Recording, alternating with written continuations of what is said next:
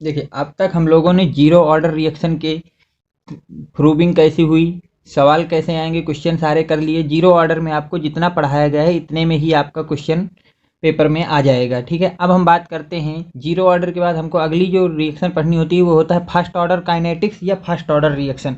क्या बोलते हैं? फर्स्ट ऑर्डर काइनेटिक्स या फर्स्ट ऑर्डर रिएक्शन। तो पहली बात तो यही आ गई, फर्स्ट ऑर्डर रिएक्शन होती क्या है या फर्स्ट ऑर्डर काइनेटिक्स किसको कहते हैं? Reaction whose rate depend upon the first power of concentration are known as the first order reaction. क्या बोला है? एक ऐसी रिएक्शन जिसका जो रेट है वो डिपेंड करे कंसंट्रेशन की पावर वन, कंसंट्रेशन की वन पावर में, यानी कि कंसंट्रेशन की पावर वन पर डिपेंड करती है, तो उसको हम लोग बोलते हैं फर्स्ट ऑर्डर रिएक्शन। क्या बोलते हैं भैया? First order reaction. या इसी की दूसरी डिफिनीशन आप लोग बोल सकते हैं, the rate of reaction, the rate of reaction change, the rate of reaction change in linearly with the change of concentration are called first order reaction. अगर आपका rate of reaction linearly change हो रहा है change of concentration, जैसे जैसे concentration change हो रही है वैसे वैसे आपका क्या चेंज हो रहा है? रेट ऑफ रिएक्शन भी चेंज हो रहा है, दोनों के बीच में लीनियरली रिलेशन आ रहा है, तो हम उसको फर्स्ट ऑर्डर रिएक्शन बोलते हैं। तो उसको भी हम लोग फर्स्ट ऑर्डर रिएक्शन बोलते हैं। देखिए, फर्स्ट ऑर्डर रिएक्शन की दो डिफिनीशन। पहली डिफिनीशन क्या बोलती है? जब रेट हमारा डिपेंड करता है कंसंट्रेशन की वन पावर पे, कंसंट्रेशन की पावर वन हो और वो रेट के डायरेक्टली प्रोपोर्शनल हो, तो उसको हम बोलते हैं फर्स्ट ऑर्डर रिएक्शन। ये दूसरा क्या होता है? दूसरी रिएक्शन ये कहती है रेट ऑफ रिएक्शन में चेंज, जो रेट ऑफ रिएक्शन में चेंज आ रहा है और जो कंसंट्रेशन में चेंज आ रहा है, दोनों के बीच में क्या हो? लीनियरली चेंजमेंट हो, तो उसको हम लोग फर्स्ट ऑर्डर रिएक्शन बोलते हैं। बात आ गई इसके प्रूविंग की। किसकी बात आ गई भैया? प्रूविंग की। तो प्रूविंग के लिए हम मान लेते हैं, let's consider one such elementary first order reaction. मान लेते हैं ए से पी बन रहा है जिसका रेट कांस्टेंट K1 है। ये एक एलिमेंट्री रिएक्शन है। कैसी रिएक्शन है भैया? एलिमेंट्री रिएक्शन है। तो देखिए, एलिमेंट्री रिएक्शन मान लेते हैं T इक्वल टू जीरो पे ये हमारे पास था A नॉट। ये कितना था? A not. क्या जब T इक्वल टू जीरो का मतलब है रिएक्शन अभी स्टार्ट नहीं हुई, इनिशियल की बात हो रहा है, तो क्या प्रोडक्ट जीरो होगा? प्रोडक्ट जीरो होगा। इसके बाद हम बात करते हैं टी इक्वल टू टी में मानते हैं कि ए नॉट में एक्स आपका डिकम्पोजिस हो गया, तो क्या प्रोडक्ट आपके पास एक्स बन जाएगा? जो प्रोडक्ट होगा वो कितना बनेगा? वो आपका एक्स बन जाएगा। जो प्रोडक्ट होगा वो कितना बन जाएगा? एक्स बन जाएगा। तो यहाँ से आपके पास दो चीज़ें आ गई। इसी को हम लोग ए टी भी बोलते हैं। क्या बोलते हैं? ए टी की जो वैल्यू है वो ए नॉट एक्स आ गई, और ये बोलते हैं, ठीक है, ए टी आपका यहाँ पे जो कंसंट्रेशन ए की है एट टी टाइम टी पे कितना है? ए नॉट माइनस एक्स है। कितना है भैया? ए नॉट माइनस एक्स है। ठीक है, अब हम चलते हैं rate law according to first order reaction. किससे चलते हैं भैया? रेट लॉ में चलते हैं। यह आपको एक मैंने बताता है according to law of mass action. किससे चलते हैं भैया? According to law of mass action से हमको क्या पता चलता है? जो रेट होता है फर्स्ट ऑर्डर में वो डायरेक्टली प्रोपोर्शनल होता है कंसंट्रेशन की वन पावर की। देखिए यहाँ पे साफ साफ लिखा है, whose rate of reaction depends the first power of concentration. देखिए, कंसंट्रेशन की फर्स्ट पावर पे डिपेंड करता है, इतना मान लीजिए। अब मैं R इक्वल टू लिख देता हूँ KA। अब ये कैसे आए? देखिए, यहाँ पे मैंने प्रोपोर्शनलिटी का साइन हटाया तो एक रेट कांस्टेंट रख दिया K। क्या रख दिया भैया? K। क्या रेट का मतलब होता है change in concentration with respect to time? Rate का क्या मतलब होता है? Change in concentration with respect to time. और ये क्या है? रिएक्टेंट है। रिएक्टेंट है तो क्या यहाँ आगे माइनस आ जाएगा? माइनस आ जाएगा। इक्वल टू क्या आप लोग लिख देंगे? AT। क्या इतना लिखा जाएगा? यहाँ तक आप बताइए। रेट को हम लोग क्या लिख सकते हैं? रेट का मतलब होता है change in concentration with respect to time, और जब बात रिएक्टेंट की होती है तो माइनस आ जाएगा। और ए हमारा रिएक्शन में क्या है? रिएक्टेंट है, तो इसलिए पहले आ गया माइनस, इतने से इतना, इतना होगा। अब देखिए, मैं इसी चीज़ को यहाँ पे नए पेज में लिख लेता हूँ कि यहीं से आप देखते चलिएगा, इतना हो गया। अब मैं इसमें क्या करता हूँ, डी सी डिवाइड बाई ए को मैं क्या करता हूँ, डी सी आ गया आपके पास। क्या आ गया? D C. क्या आ गया आपके पास? डी सी आ गया। और यहाँ से हमें ये पता है डी टी की पावर -1, इसको मैं दोबारा लिख देता हूँ के ए। क्या ऐसा होगा? अब यहाँ पे एक चीज़ ध्यान से देखिएगा, रेट का मतलब होता है रेट के कंसंट्रेशन की पावर ए 1, या इसी को लिख सकते हैं के ए लिख सकते हैं। क्या लिख सकते हैं? ए पे डिपेंड कर रहा है तो यहाँ पे क्या लिख सकते हैं? के ए लिख सकते हैं। तो यहाँ पे जो ए है वहाँ पे मैं लिख देता हूँ सी। कितना लिख देता हूँ? डी सी बाई, यहाँ पे लिख देता हूँ concentration of C equal to K. ऐसा लिखा जाएगा, और डी टी को इधर भेज देता हूँ। क्या ऐसा यहाँ से लिखा जा सकता है? इसके बाद ध्यान देखिए, अब मैं मान लेता हूँ कि जब हमारे पास टाइम जीरो था तो जो हमारे पास सी था, क्या था भैया? सी, वो हमारे पास था 80। कितना था भैया? जो सी था वो कितना था? नहीं नहीं, ए नॉट है तो वो कितना था भैया? सी किसके बराबर था? ए नॉट के बराबर था। जब टाइम टी हुआ, कितना टाइम हुआ भैया, टी टाइम पे ए टी हो गया आपके पास सी टी के बराबर। किसके बराबर हो गया भैया, सी टी। और सी टी कितना है, ए नॉट माइनस एक्स है। ऐसा है तो अब मैं क्या करता हूँ, इसमें क्या करता हूँ, इंटीग्रेटेड विथ लिमिट। अब मैं इस चीज को लिमिट के साथ क्या करता हूँ भैया, इंटीग्रेट करता हूँ। जो चीज ये लिखी है उसको लिमिट के साथ क्या करता हूँ भैया, इंटीग्रेट करता हूँ। जब आप इंटीग्रेट करेंगे तो मैं लिख देता हूँ, माइनस को बाहर लेता हूँ, डी सी यहाँ पे आ जाएगा, सी क्या आ जाएगा भैया, सी डी सी का आ जाएगा सी, इक्वल टू इधर क्या आ जाएगा, के को बाहर ले लीजिए और डी टी ऐसा आएगा। देखो T equal to time zero पे ये हमारे पास कितना था, ए नॉट था। जब टाइम टी होता है तो ये कितना हो जाता है, ए टी हो जाता है। कितना हो जाता है भैया, ए टी हो जाता है। क्या ऐसा लिखा जाएगा। अब देखिए जब आप लिमिट करेंगे, ये आपको इंटीग्रेशन में सिखाया गया होगा मैथ में, कि जब आप इसका इंटीग्रेशन करेंगे तो इसकी जो वैल्यू आएगी, माइनस को मैं बाहर रखता हूँ, ये आएगी लॉग सी। कितनी आएगी भैया, log C A not by A T, log नहीं एल एन सी आएगी। कितनी वैल्यू आएगी, एल एन सी आएगी, इसकी वैल्यू ये हो जाएगा। जब आप इसको इंटीग्रेशन करेंगे तो वैल्यू आएगी टी, और जो लिमिट है वो आपकी यहाँ लग जाएगी 0 से टी।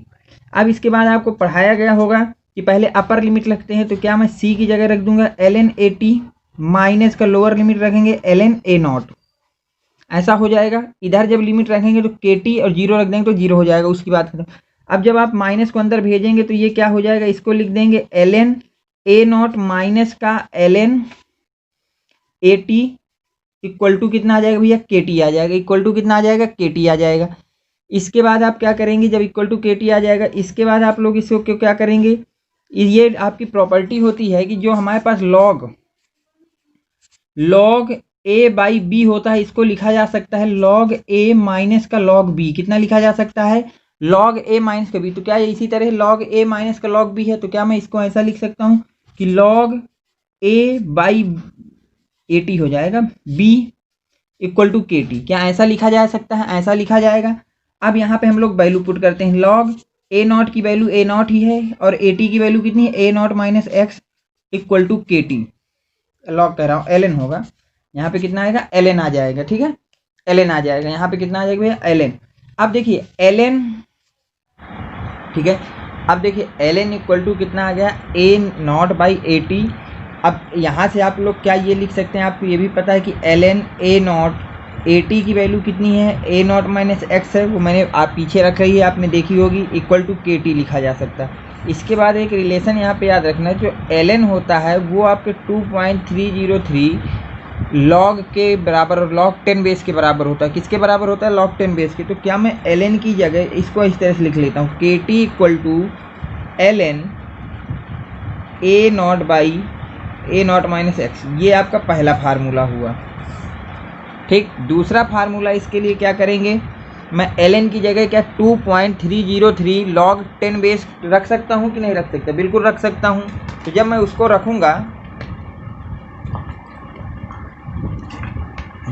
रखूँगा, तो देखिए सॉल्व करके क्या आएगा, क्या के टी की जगह के टी ही रहेगा, तो यहाँ पे एल एन की जगह इतना log 10 base a not by A not minus x, क्या ये आ जाएगा। अगला फार्मूला आपके पास ये आ गया, 2 फार्मूले हो गए। अब देखिए तीसरा जो फार्मूला आपको यहाँ से याद रखना है, क्या जो मैं ऊपर वाली इक्वेशन है उसको लिखता हूँ, K T equal to L N A not minus X, ऐसा लिखा है। जब ये क्या है 10 की पावर, इसको हम लोग लिख सकते हैं ई की power K T equal to A not minus का एक्स, ये लिखा जा सकता है। क्या लिखा जा सकता है, इसको ये। अब जब आप इसकी बात करेंगे तो इस वाले टर्म को मैं इधर ले आता हूँ, तो ये हो जाएगा A not minus X equal to A not E की पावर के टी, इस वाले को इधर भेज दिया। तो क्या ये जो ए नॉट माइनस एक्स है वो ए टी है, वो ए टी, या इसी को किसके बराबर करें, ए नॉट माइनस एक्स के, ये किसके बराबर होगा, ए नॉट ई की पावर माइनस के टी। जब ई की पावर के टी को ऊपर ले जाओगे तो इसकी पावर किस में आ जाएगी, माइनस में आ जाएगी। किस में आ जाएगी भैया, माइनस में आ जाएगी। तो अगला फार्मूला आपके ये आ गया। अब तक हमने कितने फार्मूले पढ़े, इसके 3 फार्मूले अब तक हम लोगों ने पढ़ चुके। कितने फार्मूले इसके हो चुके, 3 फार्मूले इसके हम लोग कंप्लीट कर चुके।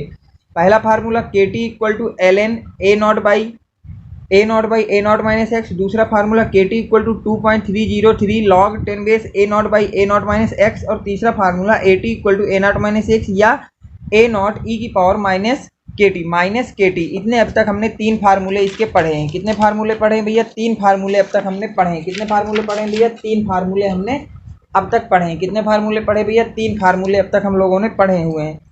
अब इसके आगे की थ्योरी की अगर हम बात करें, आगे की अगर हम थ्योरी की बात करें, किसकी बात करें भैया? आगे की थ्योरी की। तो देखिए अब हमको क्या करना है, कुछ इसके और रिलेशन होते हैं जो हम लोग लिख लेते हैं, कुछ रिलेशन और होते हैं जो कि हम लिखते हैं। फर्स्ट ऑर्डर रिएक्शन के लिए कुछ रिलेशन और होते हैं। अब देखिए 3 फार्मूले हो गए, चौथा फार्मूला इसका क्या होगा? इसके बाद मैं सारे फार्मूले एक जगह लिख के आपको दिखा दूंगा। चौथा फार्मूला क्या होगा उस पे तरफ चलते हैं। क्या जो ये हमारे पास लिखा है के टी इक्वल टू कितना लिखा है? L N A not minus का ए नॉट माइनस एक्स, ये चीज़ लिखी है। क्या इसको ये भी लिखा जा सकता है K T equal to L N A not minus का L N A not minus X, ये लिखा जा सकता है कि नहीं लिखा जा सकता? अब मैं l N A naught x को इस तरफ ले आता हूँ तो ये प्लस का हो जाएगा ए नॉट माइनस एक्स। यहाँ पे एल एन ए नॉट रहने देता हूँ और जो के टी है उधर ले जाऊँगा तो माइनस का के टी हो जाएगा। क्या यहाँ पे जो l N A naught x है उसको कितना रखा जा सकता है? एल एन ए टी रखा जा सकता है। ये आपका अगला फार्मूला हो गया, चौथा फार्मूला फर्स्ट ऑर्डर रिएक्शन का। ये आपके पास चौथा फार्मूला आ गया। ये कौन सा फार्मूला आ गया? 4th नंबर का फार्मूला आ गया।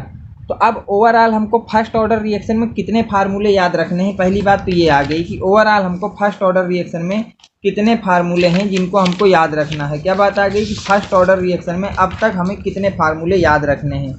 तो चलते हैं, मैं सारे फार्मूले लिख देता हूँ फर्स्ट ऑर्डर रिएक्शन के फार्मूला, ठीक है? आप उन फार्मूलों को ध्यान से देखिएगा, उनको याद करना।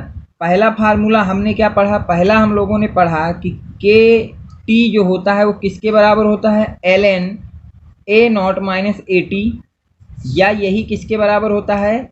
एल एन ए नॉट और ए टी की वैल्यू रख दूँ ए नॉट माइनस एक्स। पहला फार्मूला हम लोगों ने ये पढ़ा। दूसरा फार्मूला हमने log 10 बेस में पढ़ा। किसमें पढ़ा? log 10 बेस में। तो उसकी value I 0.3 A not minus का ए टी, ठीक है? मैं बार बार फार्मूला लेकर इतना याद रखना, ए टी की जगह हम लोग कितना रख सकते हैं? ए नॉट माइनस एक्स रखा जा सकता है। तो अगला फार्मूला ये बनेगा, ठीक है? 3rd नंबर का आपको मैंने फार्मूला जो पढ़ाया वो ये पढ़ाया कि ए टी जो होता है वो किसके बराबर होता है? ए नॉट ई की पावर माइनस के टी के बराबर होता है।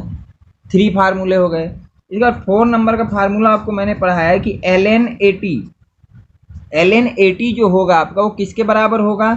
L N A not minus k t के बराबर होगा, ठीक है? 5 नंबर का फार्मूला याद रखना, जो रेट होता है, क्या होता है? रेट वो होता है 0 ऑर्डर का के ए नॉट ई की पावर माइनस के टी के बराबर होता है। किसके बराबर होता है? ए नॉट ई की पावर माइनस के टी के बराबर होता है। अगर हमसे पूछा जाए एक्स की वैल्यू, किसकी वैल्यू पूछी जाए? कितना डिसोसिएशन हुआ? क्या पूछा जाए? कितना डिसोसिएशन हुआ? आपके पास 6 नंबर। एक्स क्या है? Dissociation of reactant at time T time पे रिएक्टेंट आपका कितना खत्म हो गया या कितना कंज्यूम हो गया रिएक्शन में। तो उसके लिए आप ए नॉट ई की पावर 1 माइनस ई की पावर के टी ये फार्मूला लगाएंगे।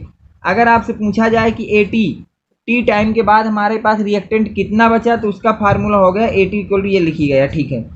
आपको 6 फार्मूले इसके लिए याद रखना है। फिर से देखिए, K T equal to L N A not minus A T, K T equal to 2.3, अरे यहाँ लॉग लगाना भूल गया, log 2.303 log A not by A T equal to A not E की पावर माइनस के टी, या फिर L N A T किसके बराबर होता है? L N A not minus k t. आर जो होता है रेट वो किसके बराबर होता है? फर्स्ट ऑर्डर का के ए टी के बराबर होता है। और यहाँ पे मैंने किसकी वैल्यू रख दी है? क्लियरली ए टी की वैल्यू रख दी। यहाँ मैं लिख देता हूँ के ए टी लिखा है यहाँ पे मैंने ए टी की जब वैल्यू रख दी ये, तो ये फार्मूला बन गया। इसके बाद डिसोसिएशन कितना हुआ टी टाइम में, उसके लिए ये फार्मूला लगा देंगे।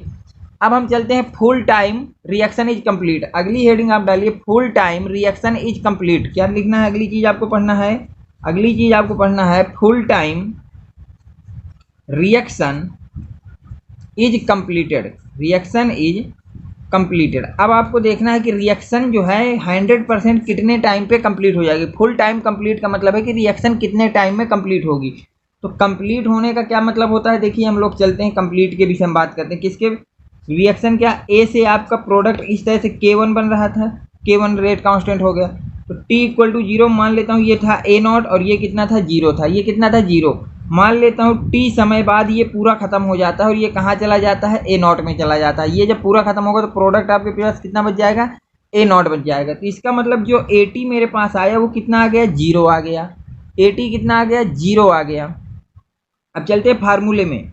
हमको क्या चीज़ पता है, फार्मूले से हमको एक चीज़ ये पता है कि जो हमारे पास AT होता है, क्या होता है, AT वो किसके बराबर होता है, A नॉट ई की पावर माइनस KT के बराबर होता है। क्या इसके बराबर AT ये होता है? हमें पता है कि जो AT है वो 0 हो चुका है। A नॉट आपका इनिशियली है तो वो A नॉट ही रहेगा, ई की पावर माइनस KT। क्या ऐसा लिखा जाएगा? जब आप A नॉट को इधर ले जाएंगे तो क्या ये हो जाएगा, 0/A0 ई की पावर माइनस KT, ये लिखा जाएगा। क्या इसको ये लिखा जाएगा कि A0 को इधर भेज दिया, इतना ये होगा। जब आप इसको सॉल्व करेंगे, क्या करेंगे भैया, सॉल्व, तो ध्यान से देखिए ये टर्म कितना हो जाएगा, 0 = ई की पावर माइनस KT। क्या ऐसा होगा, ई की पावर माइनस GT। जब आप ये ई को इधर लाएंगे तो ई किस में हो जाएगा, किस में हो जाएगा, ई दोनों तरफ आप लोग लॉग ले लेंगे। क्या ले लेंगे, ln। क्या ले लेंगे, taking both side anti log. क्या ले लेंगे भैया, एंटी लॉग को दोनों तरफ ले लेंगे। क्या लेंगे भैया, एंटी लॉग। जब एंटी लॉग लेंगे तो ये हो जाएगा ln 0 और इधर आ जाएगा माइनस का KT। ln 0 की जो वैल्यू होती है वो आपके पास होती है इन्फिनिटी। कितनी होती है भैया, इन्फिनिटी। तो क्या यहाँ से माइनस KT आ गया। जब आप k को भेज देंगे, अगर इन्फिनिटी को किसी नंबर से डिवाइड करेंगे तो भी कितना आएगा भैया, इन्फिनिटी ही आएगा। कितना आएगा भैया, इन्फिनिटी ही आएगा। तो यहाँ से आपके पास क्या आ गया, टाइम जो है वो कितना लगेगा, इन्फिनाइट टाइम लगेगा। रिएक्शन को कंप्लीट कराने में कितना टाइम लगेगा भैया जी, फर्स्ट ऑर्डर की रिएक्शन कभी भी 100% कंप्लीट नहीं होती। तो यहाँ से हमको पता चल गया कि रिएक्शन को जो है कंप्लीट कराने में हमें कितना टाइम लगेगा भैया, इन्फिनाइट टाइम लगेगा। कितना टाइम लगेगा, इन्फिनाइट टाइम लगेगा। ठीक, अगर हम टी की बात करें, टी इन्फिनाइट आता है फर्स्ट ऑर्डर रिएक्शन के लिए। फर्स्ट ऑर्डर के लिए टी कंप्लीशन हमारा कितना आया, इन्फिनाइट आया। अगर इसकी डिफिनीशन आपसे बोर्ड के एग्जाम में पूछता है तो उसको लिखेंगे कैसे, ये तो इसका आपका डेरिवेशन हो गया, कैसे ये इन्फिनाइट आया। इसको याद कर लेना है कि जो फर्स्ट ऑर्डर रिएक्शन होती है वो कभी भी कंप्लीट नहीं होती, कंप्लीट होने में उसको इन्फिनाइट टाइम लगता है। ठीक है, उसकी थ्योरी कैसे लिखेंगे उसको देखिए आप लोग। ठीक, theoretically life time of first order reaction is infinite, hence if reaction is completed 99.9% then it is assume to be complete. जब हमारी रिएक्शन 99.99% कंप्लीट हो जाती तो मान लेते हैं कि वो रिएक्शन कंप्लीट हो गई। 100% कभी भी कंप्लीट नहीं होगी, पहली बात ये। और दूसरी बात आपको इसमें ये याद रखना है कि अगर हमारी रिएक्शन 99.9% भी कंप्लीट हो गई तो हम मान लेंगे कि रिएक्शन जो हमारी 100% कंप्लीट हो गई। इसके बाद क्या लिखा है, then it is assume to be complete, उसको मान लेते हैं कि वो आपकी कंप्लीट हो गई। For first order reaction time required to complete any definite fraction या percentage of reaction is independent of initial concentration. अगर हमसे पूछा जाए कि रिएक्शन को, फर्स्ट ऑर्डर रिएक्शन का जो रिक्वायर्ड होगा टाइम कंप्लीशन, क्या वो कंसंट्रेशन पे डिपेंड करेगा, तो कंसंट्रेशन पे किसी भी तरह से वो डिपेंडेंट नहीं होता है। पहली चीज़ ये हो गई। ठीक है, अब हम चलते हैं, देखिए टी कंपटीशन जो है वो तो हमारा इन्फिनाइट आ गया। अब अगली चीज़ होती है टी हाफ। क्या होती है भैया, अगली चीज़ आपकी होती है टी हाफ। मतलब टी हाफ का मतलब क्या है, कोई भी चीज़ अपनी इनिशियल क्वांटिटी से हाफ बच जाए, इनिशियल क्वांटिटी से हाफ बच जाए। मतलब मान लेते हैं कोई चीज़ हमारे पास 100 ग्राम है तो उसको 50 ग्राम, 100 से 50 ग्राम तक कंज्यूम होने में, यानी कि इसका आधा खर्च होने में या आधा बचने में कितना टाइम लगा, वही उसका हाफ लाइफ टाइम होता है। हाफ लाइफ का मतलब होता है किसी भी चीज़ को आधा होने में कितना टाइम लगेगा, हाफ होने में कितना टाइम लगेगा। तो हम ये फर्स्ट ऑर्डर की बात करें तो फर्स्ट ऑर्डर की हमको हाफ लाइफ टाइम निकालना है। तो देखिए पहले तो चलते फार्मूला। फार्मूला क्या कहता है आपका, फार्मूला कहता है कि जो KT होगा वो 2.303 log A0/AT के बराबर होगा। AT क्या है, कंसंट्रेशन एट टाइम T है, लेकिन उसने बोला हाफ टाइम, तो जो A0 था, क्या AT आधे समय बाद जो हमारा बचेगा वो A0 का हाफ बचेगा कि नहीं बचेगा। हाफ लाइफ टाइम है, मतलब इनिशियल का आधा जितने में बच जाए उसी टाइम की बात हो रही है।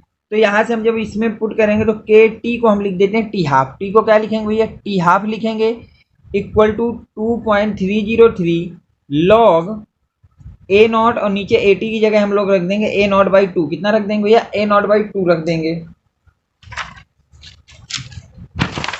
अब क्या होगा भैया, इसके बाद अब जब आप इसको ध्यान से देखेंगे तो क्या A0 से A0 कट जाएगा, और 2 जो है वो ऊपर चला जाएगा। जब इसको लिखेंगे तो ये कैसे हो जाएगा, KT half equal to 2.303 log 2 आ जाएगा। कितना आ जाएगा भैया, log 2। यहाँ से जब आप KT half equal to value रखेंगे किसकी भैया, log 2 की, तो वैल्यू वाली होती है 0.3010, log 2 की वैल्यू रख दी। जब इसको आप सॉल्व करेंगे तो इसका आंसर आएगा 0.693। कितना आएगा, 0.693, और के को उधर भेज दीजिए तो टी हाफ का आपके पास फार्मूला आ गया 693/k। ये फार्मूला आपका आ गया किसका भैया, हाफ लाइफ टाइम का। ये फार्मूला आपके पास आ गया हाफ लाइफ टाइम का। हाफ लाइफ टाइम क्या होता है फर्स्ट ऑर्डर रिएक्शन का, टी हाफ जो होता है वो होता है 0.693 डिवाइड बाई के, 0.693 डिवाइड बाई के। ये आपका हाफ लाइफ टाइम होता है किसका भैया, फर्स्ट ऑर्डर रिएक्शन का। फर्स्ट ऑर्डर रिएक्शन का ये आपका क्या भैया, हाफ लाइफ टाइम है। ये हमारा क्या है भैया, हाफ लाइफ टाइम है किसका भैया, फर्स्ट ऑर्डर रिएक्शन का। ठीक, अब आगे चलते हैं।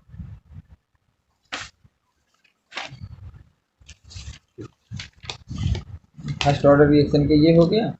इसके बाद एक पॉइंट यहाँ पे नोट डाल के लिख लेना, बहुत इंपॉर्टेंट पॉइंट है, वो हमको याद होना चाहिए as a important.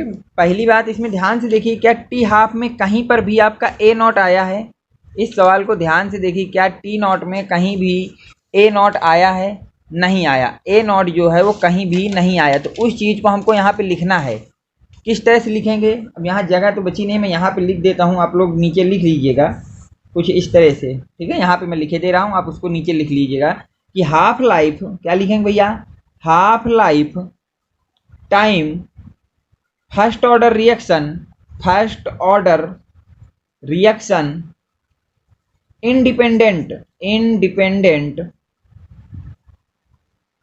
From concentration से फर्स्ट ऑर्डर रिएक्शन की हाफ लाइफ टाइम का कोई मतलब नहीं है। Half life time of first order reaction की कंसंट्रेशन के साथ कोई भी रिलेशन नहीं होती। इस पॉइंट को याद रखना, बहुत इंपॉर्टेंट पॉइंट ये लिखा है। ठीक है, अब चलते हैं हम लोग आगे। अब हम चलते हैं कहाँ भैया, आगे की बात कर लेते हैं कुछ। ठीक, आगे की तरफ अगर आप बढ़ेंगे तो यहाँ से अब देखिए, कुछ मैंने जो है एग्जाम्पल लिख रखे हैं। क्या लिख रखे हैं, एग्जाम्पल, जिनको आपको सीधे लर्न करना है कि ये अगर कहीं पे दिख जाए तो ये फर्स्ट ऑर्डर रिएक्शन है, ये दिख जाए तो ये फर्स्ट ऑर्डर रिएक्शन है। क्योंकि क्या है, जो ऑर्डर निकालने का कोई हमारे पास फार्मूला तो है नहीं, वो एक एक्सपेरिमेंटल फैक्ट होता है, उसी से हम निकालते हैं। तो याद रखना है, कहीं पे भी आपका नाइट्रोजन पेंटाऑक्साइड का डीकम्पोजिशन रिएक्शन हो तो वो भी आपकी फर्स्ट ऑर्डर रिएक्शन होगी। वहाँ पे अगर ये रिएक्शन दिया और उसमें फर्स्ट ऑर्डर रिएक्शन नहीं बोली तो आपको मान के चलना है कि ये फर्स्ट ऑर्डर रिएक्शन ही है। सेकंड क्या है, नाइट्रोजन डाइऑक्साइड की कार्बन मोनोऑक्साइड से रिएक्शन कराएंगी तो इस रिएक्शन को भी हमको फर्स्ट ऑर्डर रिएक्शन की तरह ही कंसीडर करना है। कोई भी रेडियो एक्टिव अगर डिके हो रहा है तो वो रिएक्शन भी हमारी फर्स्ट ऑर्डर रिएक्शन कहलाएगी। Decomposition of peroxide in aqueous solution, अगर पराऑक्साइड का डीकम्पोजिशन करा रहे हैं तो भी आपकी वो फर्स्ट ऑर्डर रिएक्शन कहलाएगी। सुक्रोज को अगर हम लोग क्या कर रहे हैं, डिसोसिएट कर रहे हैं, तो भी आपकी फर्स्ट ऑर्डर रिएक्शन कहलाएगी। और रेट कुछ ऐसा लिखा जाएगा, अगर आपने मेथिल एथेनोएट को वाटर से रिएक्शन करा दी तो एसिटिक एसिड बनेगा और मेथिल एल्कोहल बनेगा, और ये भी आपको फर्स्ट ऑर्डर रिएक्शन की तरह कंसीडर करना है। और इसका जो रेट होगा वो डिपेंड करेगा मेथिल एथेनोएट की कंसंट्रेशन पे। ठीक है, ये रेट ऑफ रिएक्शन लिखा। कहीं पे अमोनियम नाइट्रेट का डिकम्पोजिशन हो उसको भी आपको फर्स्ट ऑर्डर की तरह ही लिखना है। एस्टर का हाइड्रोलिसिस हो एसिडिक मीडियम में तो भी आपको फर्स्ट ऑर्डर रिएक्शन मान के चलना है उसको। ठीक है, 10 रिएक्शन है और ये 10 याद, इससे बाहर नहीं आएगा। अगर ये 10 याद होंगी तो आपका सारे सवाल हो जाएंगे। ठीक है, अगर आपका फास्फीन का डिकम्पोजिशन होगा तो भी आपको क्या मान के चलना है कि वो आपकी जीरो ऑर्डर रिएक्शन है। साइक्लोप्रोपेन का अगर आपको रिएक्शन दिए तो उसको भी आपको फर्स्ट ऑर्डर रिएक्शन मान के चलना। मतलब ये 10 आपके ऐसे हैं जो लगातार कई बार पूछे गए हैं पेपर में, लेकिन उन क्वेश्चनों में कहीं पे भी वो ये चीज़ नहीं लिखता है कि ये फर्स्ट ऑर्डर रिएक्शन है। इसके लिए आपको इन 10 रिएक्शनों को कंप्लीट याद करना है और ये याद करना है कि ये रिएक्शन अगर कहीं दिए हैं तो लिखा है फर्स्ट ऑर्डर रिएक्शन तो ठीक है, अगर नहीं लिखा तो भी हमको इनको फर्स्ट ऑर्डर रिएक्शन मान के ही सॉल्व करना है।